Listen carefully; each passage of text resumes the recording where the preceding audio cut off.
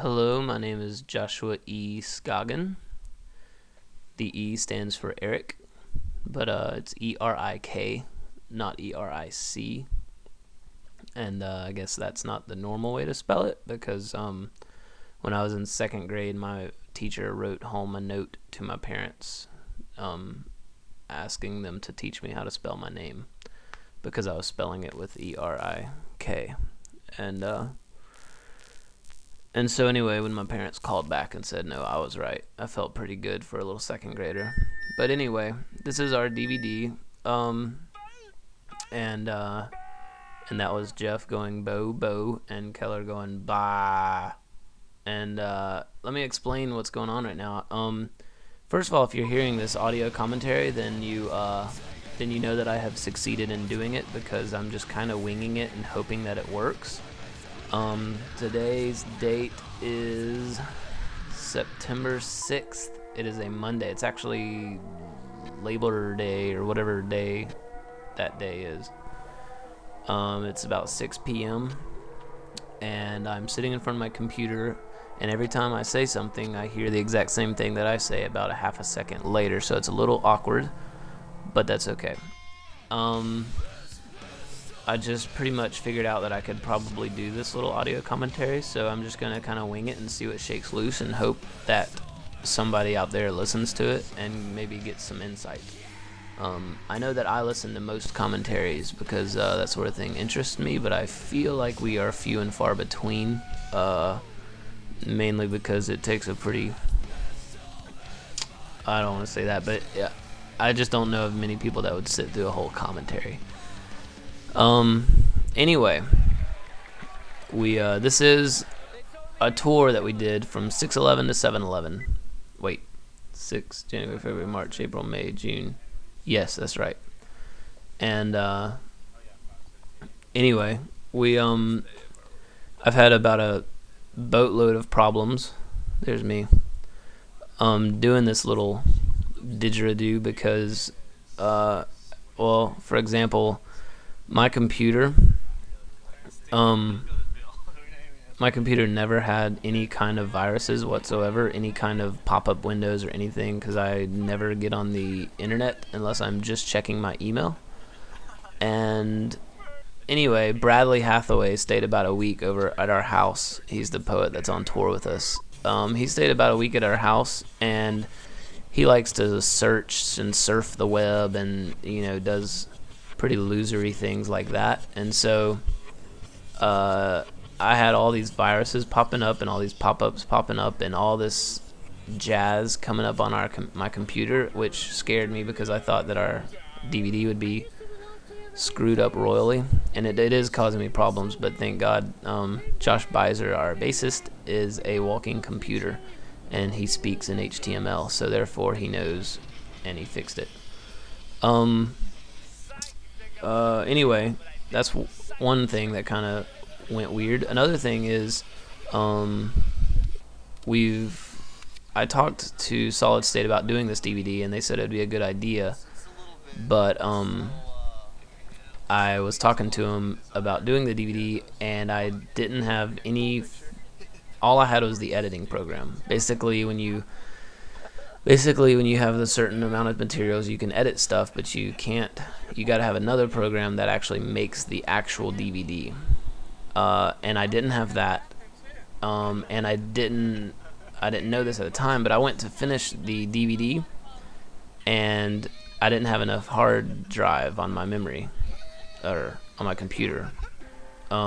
Basically, I had like 80 gigs, and this whole DVD took up the entire 80 gigs. So I drove out and bought 120 more gigs, and I bought the program to actually make the menu page and all that stuff of the DVD. And if you're seeing it now and you're hearing this now, then you know I've done something right. I've succeeded somewhat because I'm just winging it and hoping for the best. So, but anyway, then I go to make the DVD again later after I fix the whole gigabyte problem. If this is all like Greek to you, that's okay, because I don't know what it means either. I just know that the problems came up and I went and fixed them. But anyway, your memory, I guess, on your computer has to be a certain, you have to have enough of it.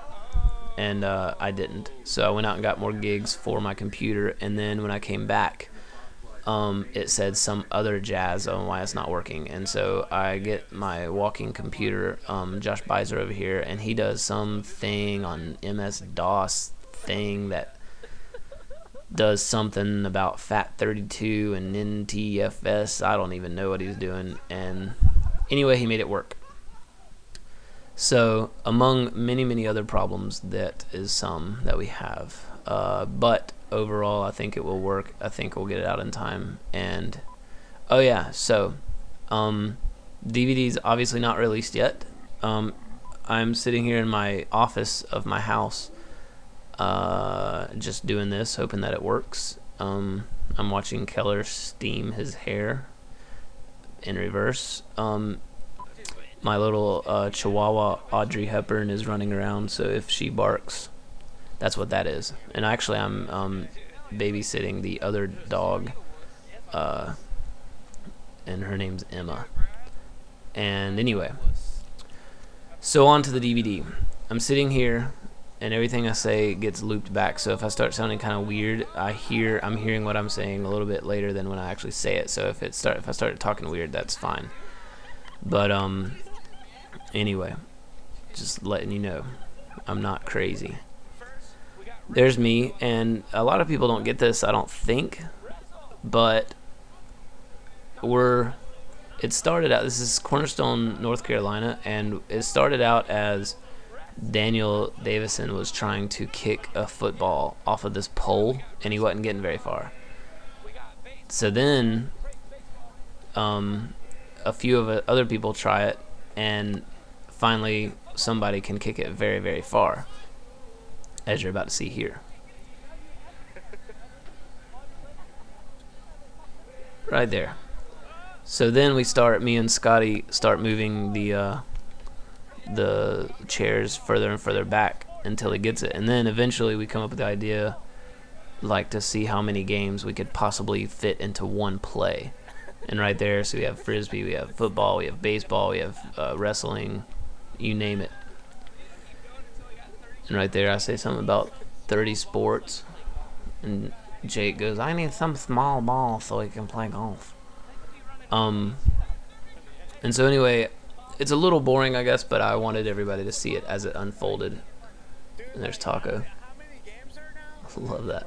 How many games are now?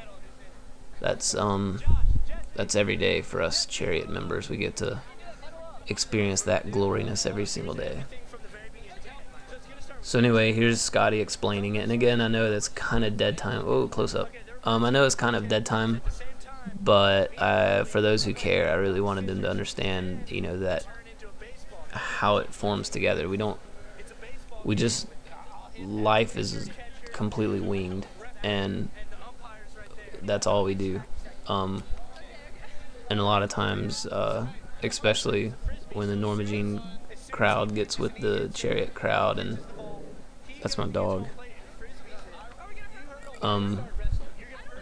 Yeah, we end up just making the most of every scenario and every situation, and we just like to have a good time. And there's Daniel. And so that's all that's happening. And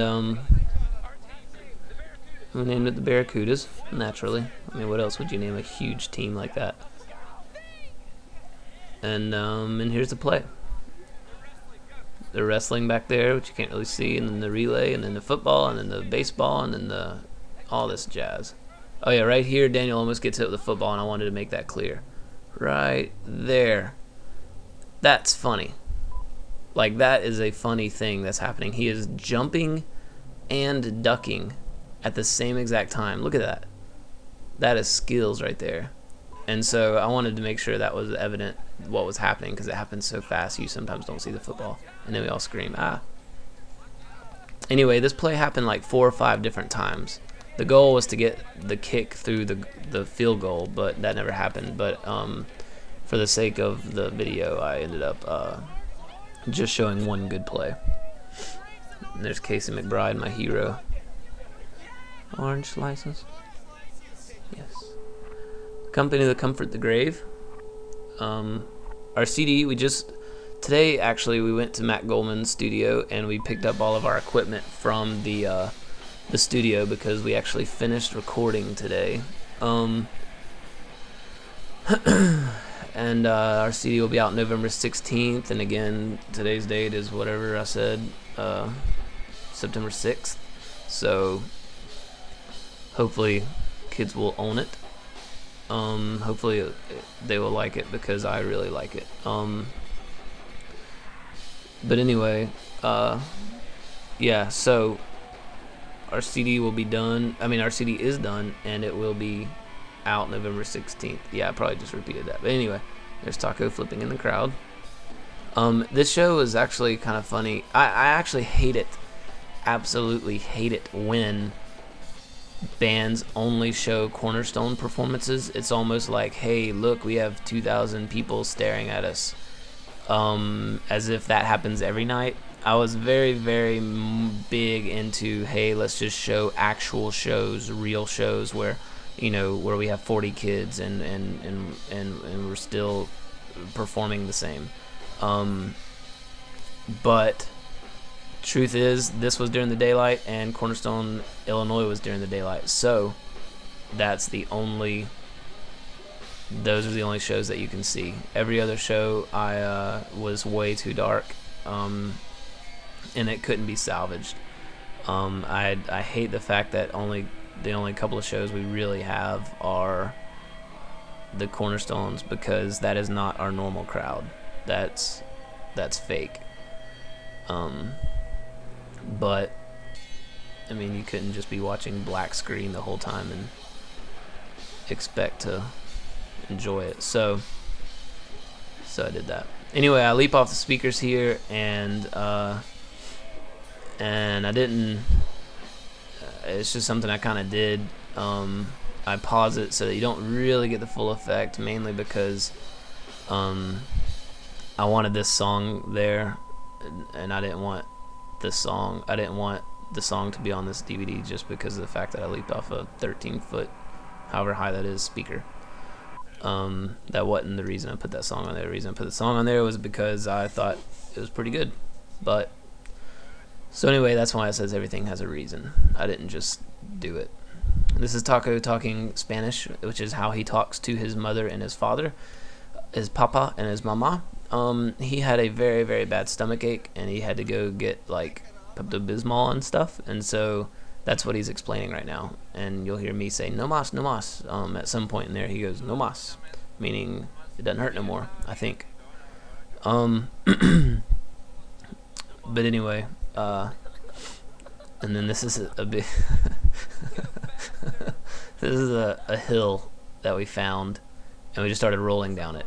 The main purpose of this DVD is to the whole goal in the very beginning, all the way in the very beginning of, hey, let's make a DVD. To people sometimes only see us on our 45 minutes. Hold on, pause. Here it comes. Hold on. This is beautiful. Let this happen real quick. We're racing to the bottom of the hill, and then we start running, but of course we're dizzy, so we fall. Beautiful music. Love it. Look at that face. The advisor is all like, oh yeah, oh yeah. Anyway, I lost my ring, not my wedding ring, but another ring that I had. I lost. Whoa, it's my phone. Hold, please.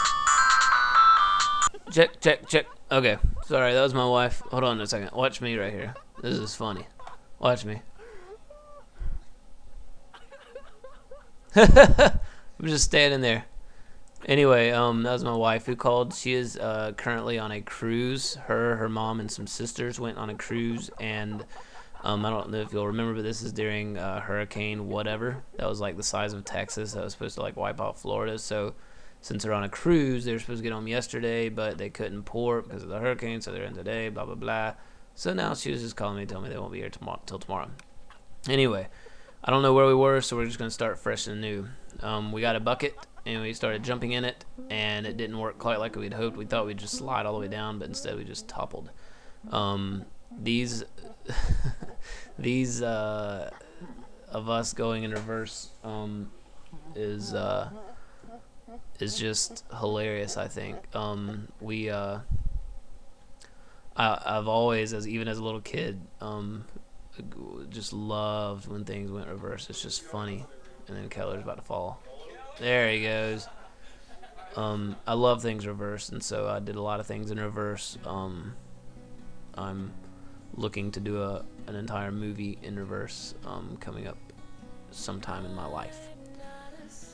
This song right here was done by a friend of ours' girlfriend whose name is Sheena Hunter, and she has a beautiful voice. And yeah, it's amazing. And so we heard this song done by Johnny Cash, and we wanted to have her sing it. Again, this is Cornerstone, Illinois.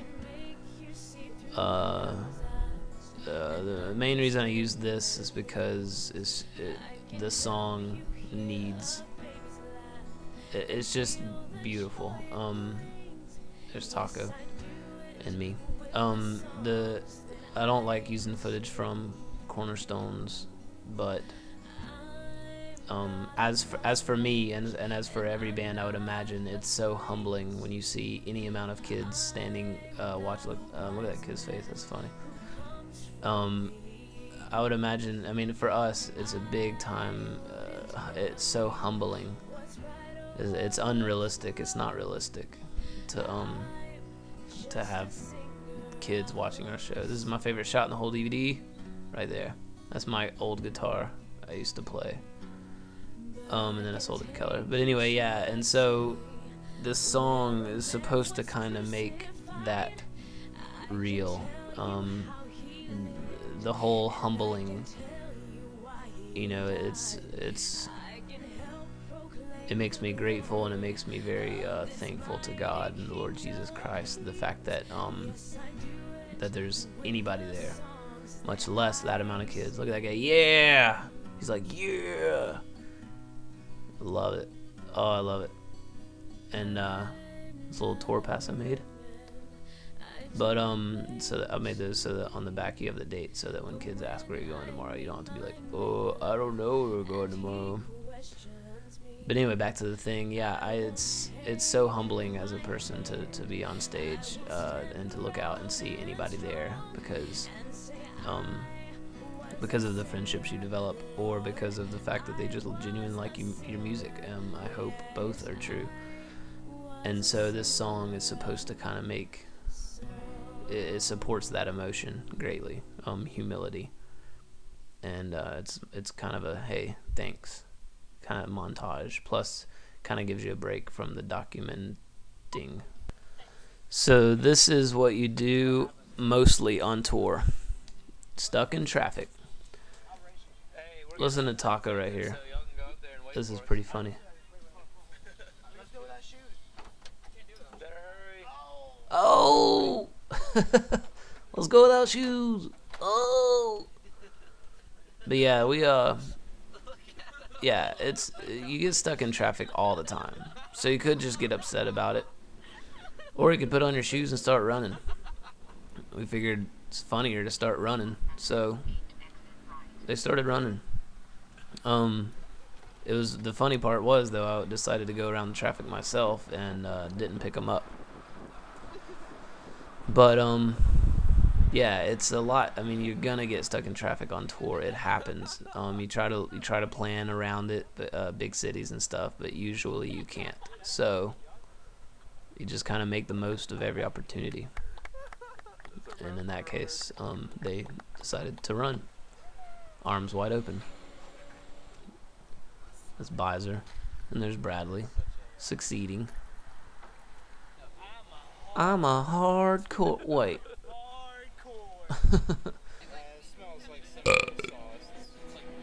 That's Keller's thumb. I don't know how that happens, but it does. He always bleeds.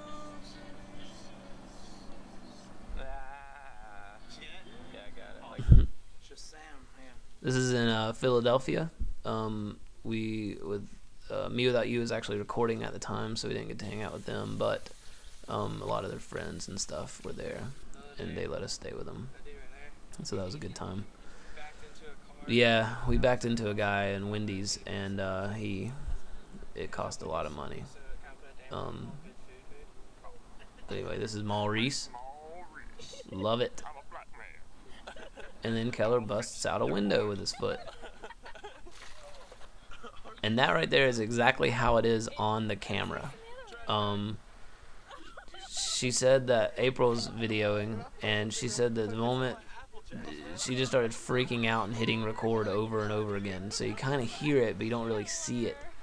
If you go frame by frame, you can kind of see something, but it's still not. But anyway, I left it just like it was on my video, because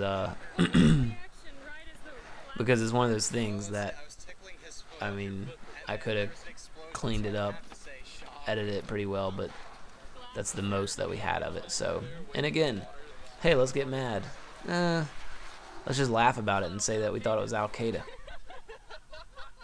So we decided to laugh about it and say it was Al Qaeda.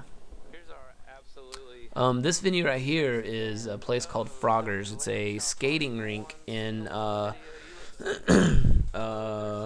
New Jersey, and the place was amazing. At first we were a little sketched out because we were afraid, because it was a skating rink, but there was a lot of kids there, and they actually enjoyed the show. And there's some weird bikes. Two kids drove up on those weird bikes, and I wished. Oh, this is funny. Hold on. Nobody catches this, but this line coming up that I'm about to say is really funny. It's like a poop sucker machine. Right. It's a vacuum cleaning kit. Oh, but it does come with gloves. Right there. Oh, but it does come with gloves. I don't know. That gets me. But yeah, these kids came rolling up on those funny looking bikes, and I thought to myself, man, I wish I could always just come rolling up on a funny looking bike. That right there we found in a dumpster. I think Keller found it, if I'm not mistaken, but I might be mistaken, and that's okay. But anyway, we decided to spray paint the Chariot on it, and we were gonna sell it, and we ended up selling it for $25. Actually, we sold it to the place, to Froggers, and now we gotta go in there and sell it. Now I gotta go in there and sell it. Uh-oh, visual effects. Yeah.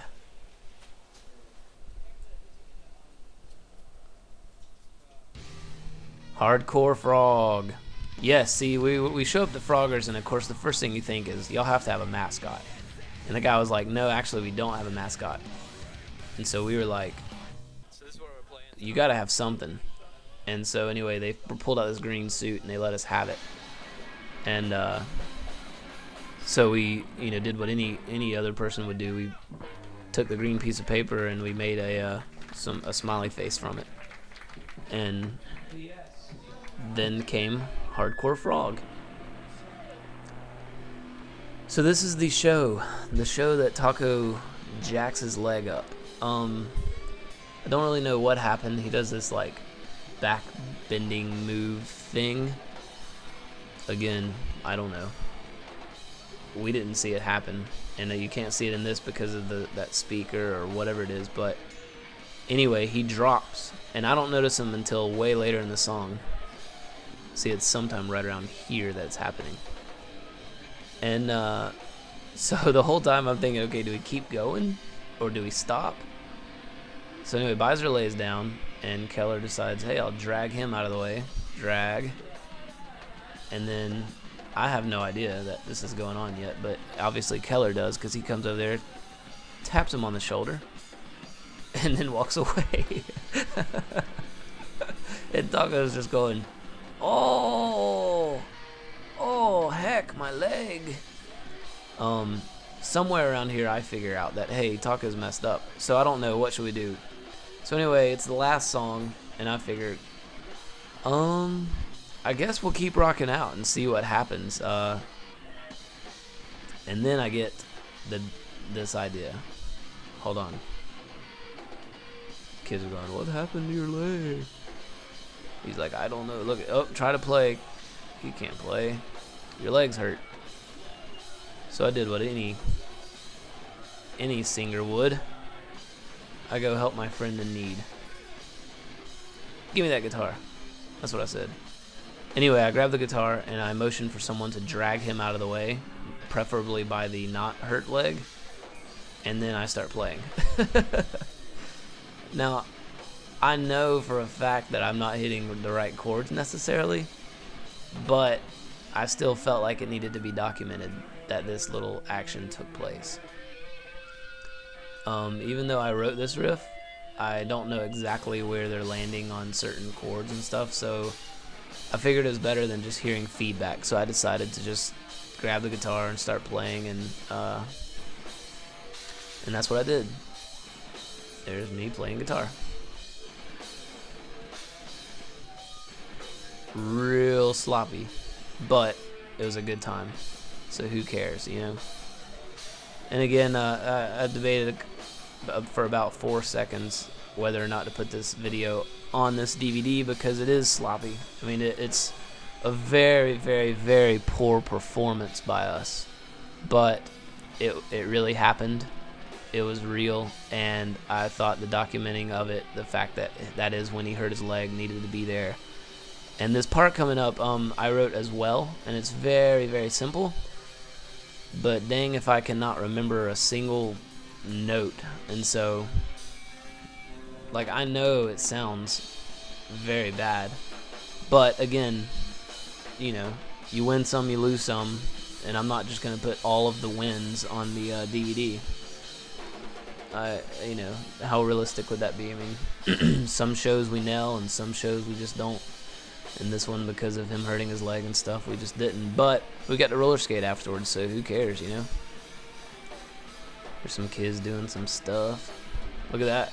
How epic is that looking? Yeah. It's Bradley, or the poet, recording.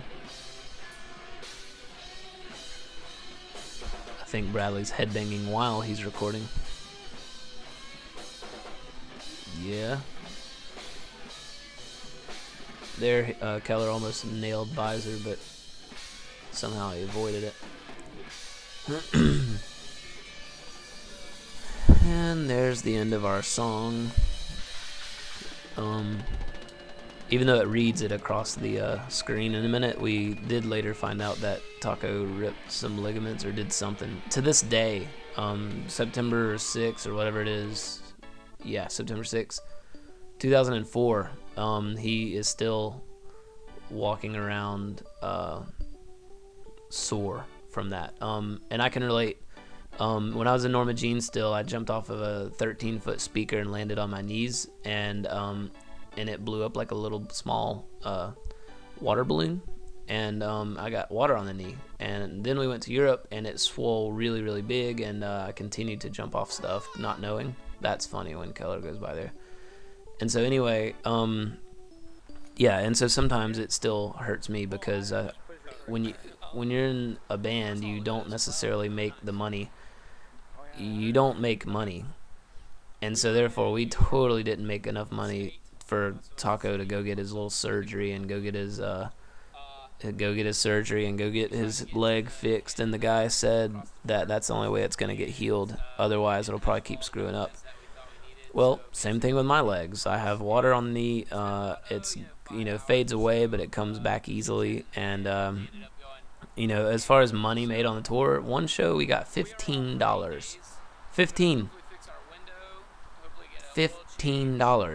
We hope to get $5 a day for eating, and when you get $15, that just doesn't pan out. So, you know, people think of it as this glorious task, you know, and some things like, yeah, even if you do make a little bit of money, you got random things that happen. For example, we didn't go to Canada, so that's 8 days of supporting 5 or 6 people. You have windows breaking, which is $300. You have Backing Into Old Man, which is about whatever it was. It's about $800 once we paid for the rental car and all that other jazz. But anyway,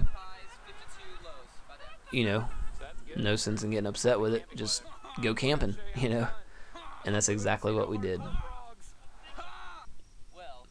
Well, home of the shenanigans. Oh, 5 civilized. I wanted so bad to see a bear while we were there, but we didn't. I thought, how many bands have a DVD where there's a bear on it? We did, however. Here's something that didn't get documented, and I got to tell about. We had 4 enormous raccoons coming up to us. I have shot every gun known to man. That's what that says, and it's funny. And this going backwards is funny. But anyway, that's what we ate the whole time. Goober grape, peanut butter, and jelly sandwich. We seriously probably bought a lot of those and ate a lot. But anyway, I forgot what I was saying. They didn't force them. Anyway. But they obviously lived Yeah. their beliefs. They just didn't force it on I really don't know what I was saying. Sorry. You learned something from that, Bradley. But yeah, we decided to camp. Soup. And we did so. And I wanted to see a bear. I don't remember what I was gonna say. Anyway, this song did end up on the album. Not that section, but that section. Nope. Taco, you screwed it up. There it is. So anyway, that ended up on the album. It's called Before There Was Atlanta, there was Douglasville. Which I could go into explaining why I named it that song, but name that song that title, but I won't. Anyway, this is the most beautiful part, I think, in the whole DVD. Watch this. Oh, that's eerie. That is eerie. But anyway, I'm actually singing a very popular song right now, but a praise and worship song, but I didn't know about rights and stuff, so we decided to reverse it, and it became more beautiful. I'm not a good singer necessarily, but I still sing with my heart, so therefore it's fun. It's like William Hung says, you know, just sing with your heart, sing with your heart. Oh yes, the raccoons, that's what I was talking about. Anyway, we ended up feeding like 4 big raccoons. This is before we actually fed them, but all the footage is too dark, and so you can't see it at all. But Jeff and Bradley decided to not like that aspect, and so so it's kind of really funny footage, but you could just hear it. Trash bag.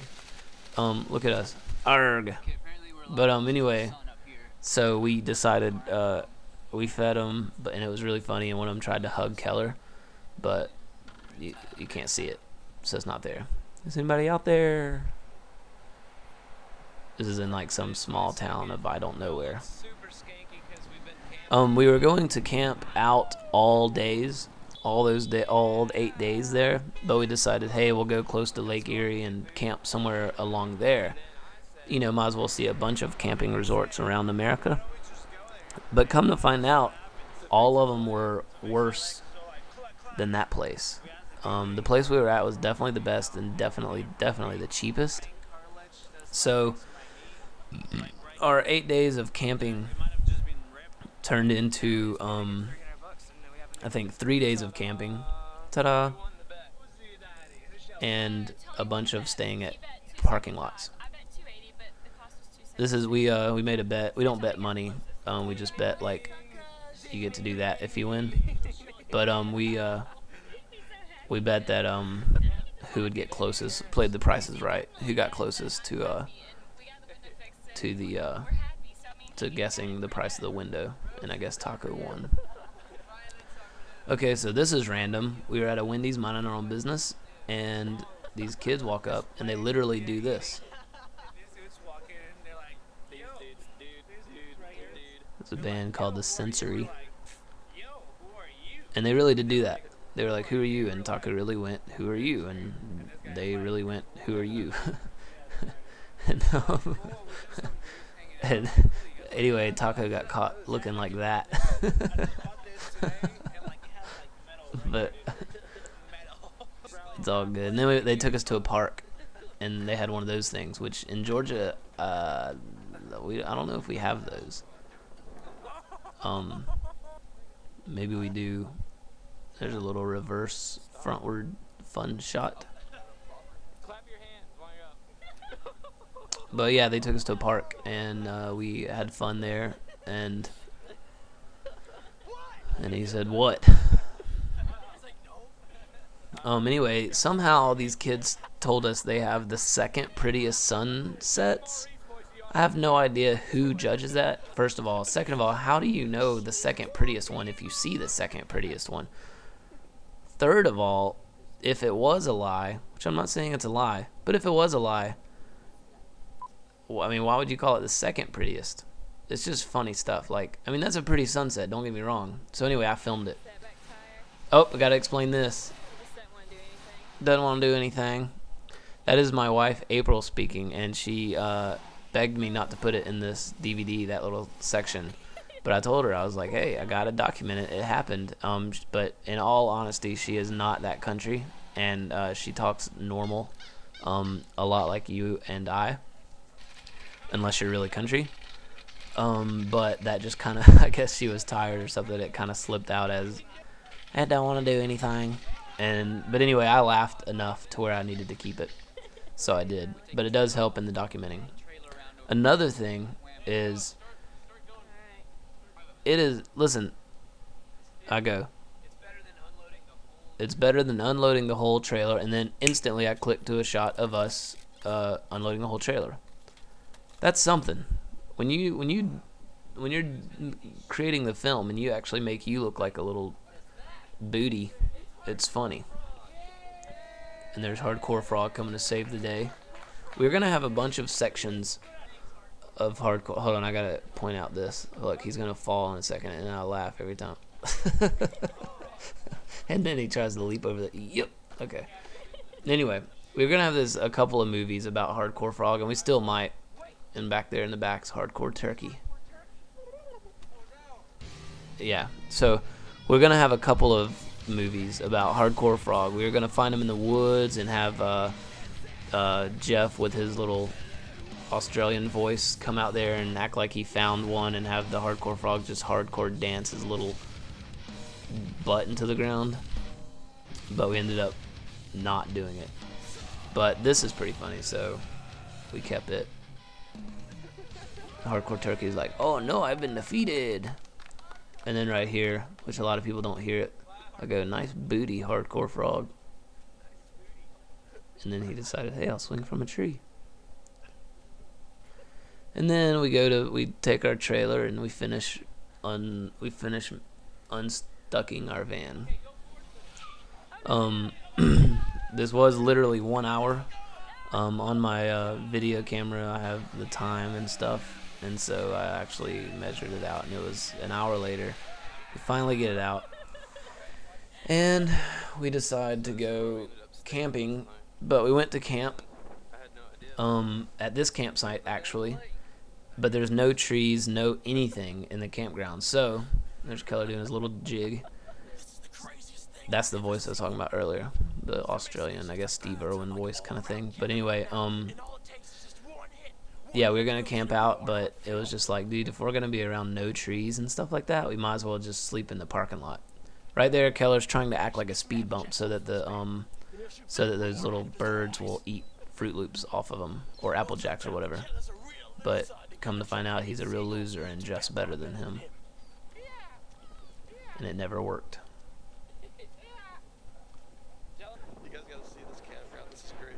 So we stayed here for one night. We stayed at that kid's house for one night. We stayed here one night, and then we ended up staying here the rest of our days. So from 8 days, we got, let's see, 3 at Allegheny, 1 at the kid's house, 1 there, and so we stayed 1, 2, 3 nights here. Those nights get pretty, nope, 2 nights. 2 whole days and nights. And those nights and days get pretty long when you do nothing but sit. Anyway, you heard a version of this song earlier, but I say that he actually wrote it here because we only had 1 month to write music before our album was coming out once we got home from tour, so we decided to use the time wisely and write songs, and that's kind of a version of what he wrote. He has the whole song and a lot of, before there was Atlanta, there was Douglasville, he plays, but it just kind of gets boring to the normal viewer, I guess. But I thought some people would kind of enjoy seeing a really, really, really rough, how songs kind of come about, I guess. Pratt.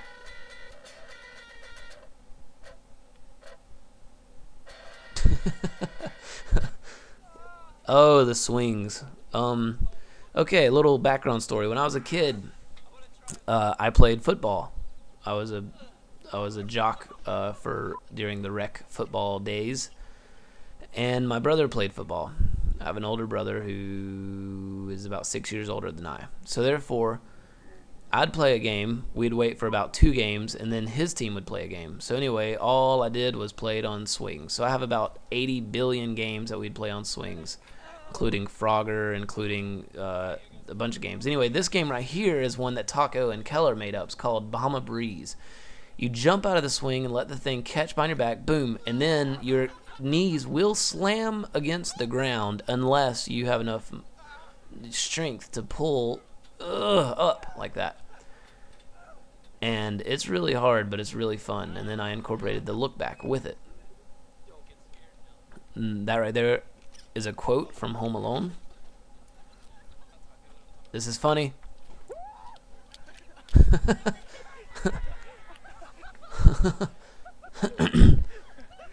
Listen to us. We're all just laughing like, woo! Listen, Ralph. That little thing I do, Ralph, is a funny thing because one time me and Keller, I think it was me and Keller, heard someone taking a dump in the bathroom, and I could swear it sounded like they were saying Ralph. Well, not them saying it. But anyway, the Othello thing, yeah, we stayed 2 nights at that place where Taco wrote that song, and then we stayed 1 night with Matt from Othello, and he ended up being the nicest guy we've ever met. These Nalgene bottles I've never heard of before in my life, and I guess they're big in Arkansas. I don't know. Maybe I'm just not in with the camping crowd, but anyway, they're indestructible from what we hear, and so we had to test it out ourselves. And I guess it's true what they say. This is us impersonating Taco, because Taco for a long time did walk on the crutches and did all this stuff, and he would just talk about it, and then all of a sudden he would just be all like that. That's Still Remains, a show we played with them. But yeah, it was funny because at times Taco would be crippled, and at times he would just be running around. But he swears it hurts still, so I believe him though. So anyway, this is normal, everyday Joshua Scogin and Keller J. Harbin. Keller does this a lot. He was 17 doing this on this tour. He was 17. I think he's 18 now. And look at him. I mean, he's just going nuts. And he's just dancing down the road, I think we showed up to the show at like 3 hours early or something, and so we had nothing to do, so we're like, hey, dancing in the streets, And then, so, yeah, just completely spontaneous. Me and him, we might choreograph a dance one day, though. Who knows? And this is us in the van.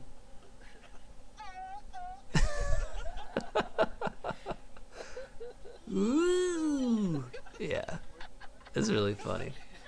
There's my wife, April. I haven't seen her in like a week because of the cruise. So there's this. So anyway, there's that. So that's at Japuza, and that is just one of the most amazing things I've ever seen. I hope to see that on some Tim Burton film or Josh Scogin film someday that I make. That is the Scallywags. They have a biking crew or biking something, and of Japuza, the Scallywags of Japuza. Sorry, I guess I should explain. But anyway, they make those funny looking bikes and they ride them, and it's funny.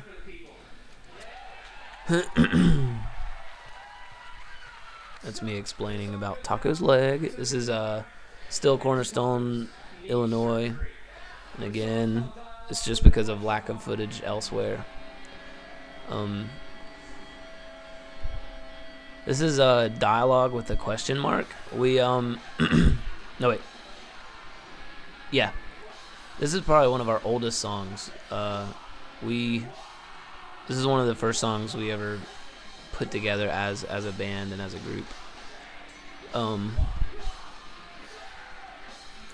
Actually, The Company That Comfort the Grave, this song, and Then Came Then, all are some of the first ones that we put together as a band.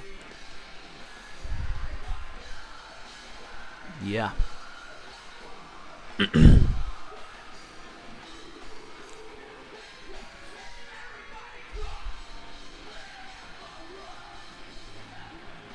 Anyway, playing this show, I was completely stoked. Solid State's just behind the camera, so you can't see him, but Chad from Solid State and Amanda and a few other of the Tooth and Nail Solid State people are watching. And it was just really refreshing having not had a CD out and having nothing really out. This many people being there, and obviously a few of them knowing the songs. Again, it's humbling, and again, it's an amazing thing. And yeah. Right there, I'm pointing at my ring, my wedding ring, which has diamonds in it. Some people, one show, I only had my ring finger up, so it looked like I was flicking a bird. But I don't flick birds, so I was just explaining that. And if you happen to see that one show where it looked like I was flicking a bird, I promise it was my ring finger.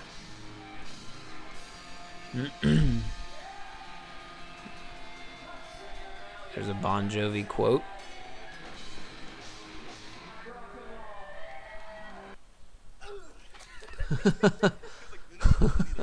This is outside of Taco Bell.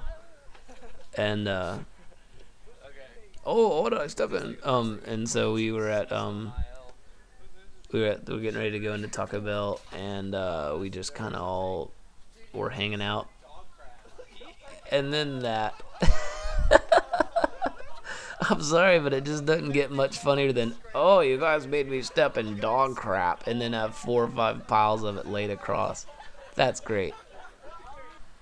Above an in-ground poop. That was just a sign we saw outside of Arkansas.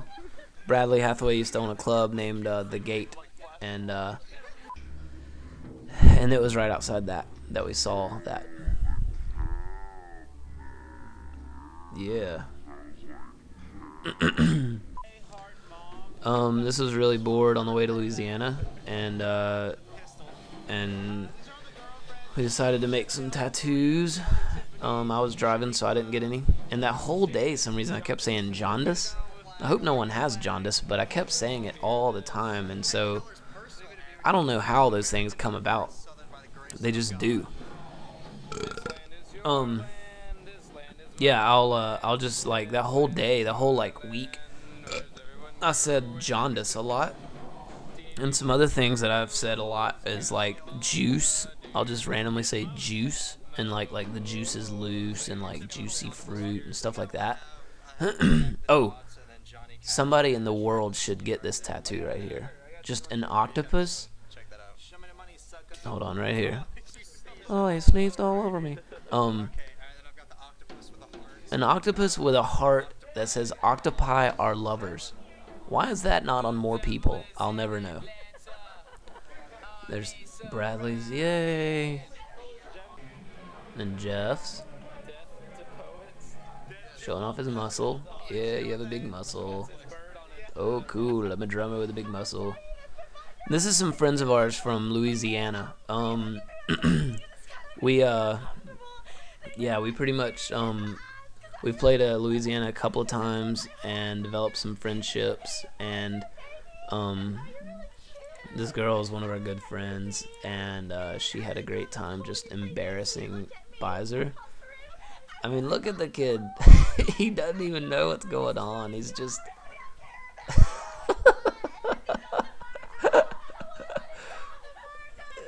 But anyway, all those people right there, friends of ours, and all those girls are crazy, but funny, but crazy. But anyway, she was excited to be on the DVD, and we were excited to have her on the DVD if she was gonna do something this nutty. But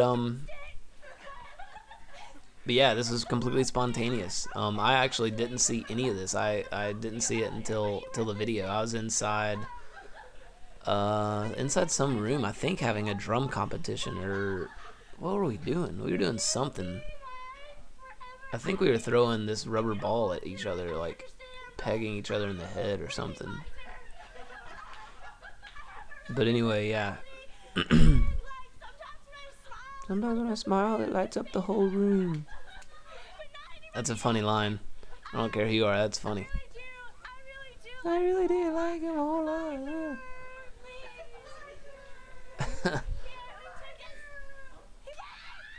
So yeah, so there that happened. Oh me. So anyway, I guess I'll explain some stuff coming up for people who care. If you've watched this much into the DVD, then you're like me. You actually care about a lot of stuff, and you're not. I mean, I don't see people watching this, but the people that do watch it, I don't see them making it this far. I'm not saying I'm entertaining, and I'm not saying it's funny stuff. I just winged it and hoped for the best. Hopefully, I've shared some stuff that people were curious about, and if not, cool.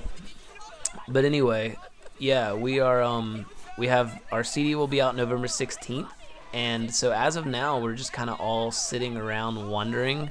We don't know if people are gonna like the CD. We don't know. I mean, I don't know anything. I don't know. I mean, I know I like the CD, but I'm sitting here and I've got a Me Without You T-shirt on. It's the one where he's doing a flip, and it's like brown. And we have like no money as a band. We're about to do a tour with Under Oath and Stretch Armstrong for about 10 days, and yeah, that'll be the first tour with someone else that we end up doing, and after that we're doing a Young Bloods like Solid State tour, and we're gonna go shoot a video and all this jazz. But for now, we don't know what's gonna come of it.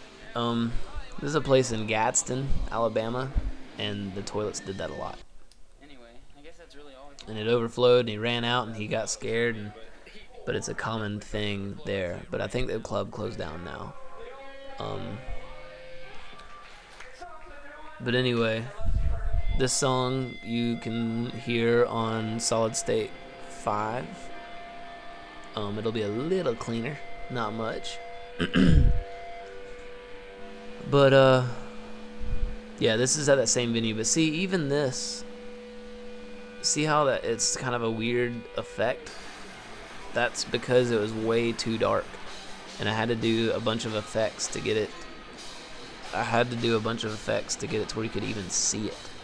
And earlier when they were having the dance party and it was all like black and white and grainy, that's why.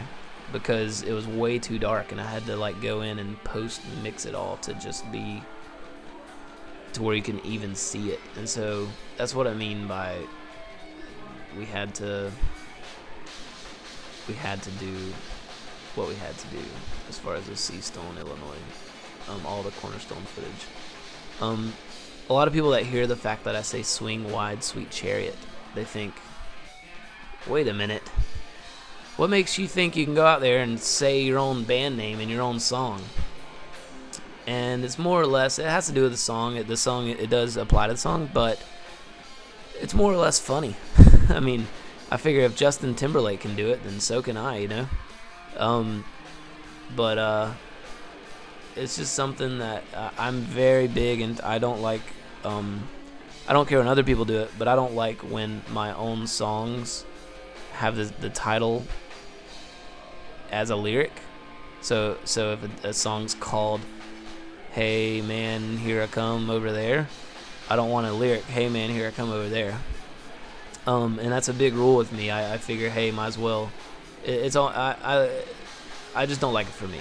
I don't care if other bands do it. I think it's cool sometimes. But anyway, having said that, I thought, well, how contradictory will it be to have our own band name in a song?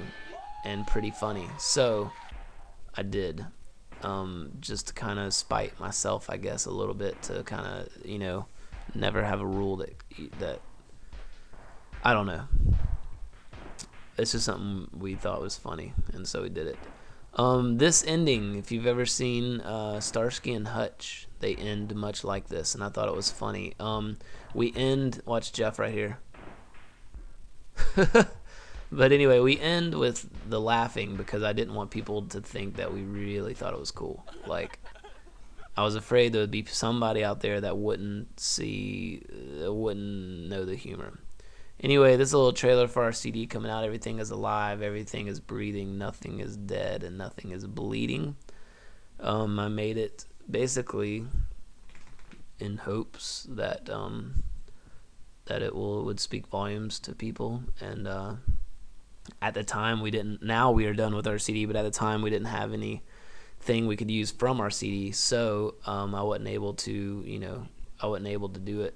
I wasn't able to put our CD on there, nothing, or any song from our new CD on there. So you'll just have to hear it all originally, I guess. I mean, when it actually comes out. But anyway, yeah, this is basically just the collage of fun deeds. And there's me jumping off the speaker, if you really care. Boom! That was the show that Beiser was getting proposed at. He had this bass. It was actually the guy from Spitfires, good friends of mine, and he sold it to him via eBay. November 16th, go get the CD. Via eBay, he sold it to him, and so I love Spitfire. I love what the music that they've produced, and so it was kind of cool to get their bass. And interestingly enough, in Norma Jean, Scotty had the guy's guitar for a long time. But anyway, the thing started wigging out. The jack was a little messed up, so naturally, what do? You break it in half. And he just kind of did it, just did it with the show.